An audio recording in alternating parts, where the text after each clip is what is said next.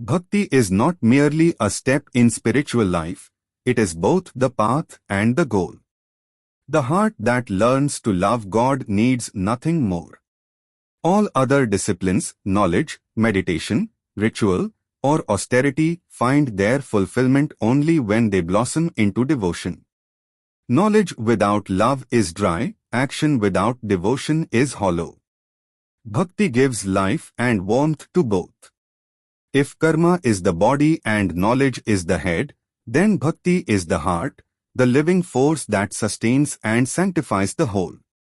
Devotion is not something to be acquired from books or external teachers. It is already within every heart. The child loves its mother naturally, so also the soul loves God by its very nature. When the dust of ego and desire is removed, divine love shines on its own. Bhakti can take many forms. They are listening to the Lord's glories, singing His name, remembering Him, serving His feet, worshipping His form, bowing in reverence, serving as His attendant, being His friend, and surrendering one's whole self to Him. Each of these, if practiced with sincerity, leads to the same realization. What matters is not the form, but the feeling, the melting of the heart in love and remembrance. True devotion is not dependent on scholarship, language, or ritual correctness. A simple heart that cries out to God with faith is far greater than the scholar who speaks of Brahman without love.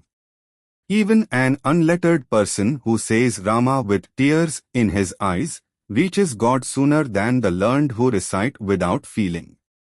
The marks of true devotion are humility, compassion, and selflessness. One who truly loves God cannot hate or harm another. To serve others, to see the same divine presence in every being, is the highest form of worship.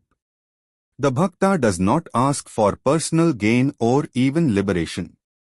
He prays for the welfare of all. As devotion deepens, it ripens into surrender. The devotee begins to feel that he has no power or merit of his own. He lays all his burdens at the Lord's feet and says, "O Lord, I am thine." Just as a child depends on its mother for everything, so also must we depend entirely on the Lord. Even if we stumble, His grace will lift us up, for His love is boundless. The human mind cannot love what it cannot conceive. We begin with form, a stone image, a picture, a name, and through that, we reach the formless truth. The image is not a limitation. It is a help, a bridge from the seen to the unseen. Just as a flag reminds us of a nation, a sacred image helps us remember the infinite.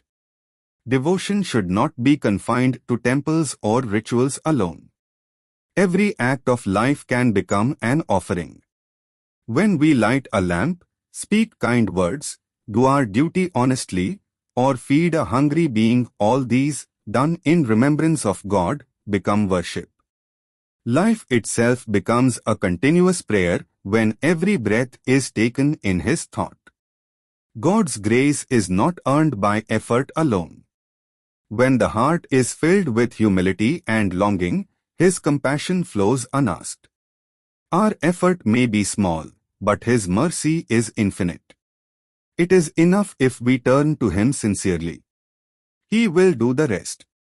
When devotion becomes perfect, there is no longer a difference between the devotee and the Lord. The path of bhakti is open to all, learned or simple, rich or poor, man or woman.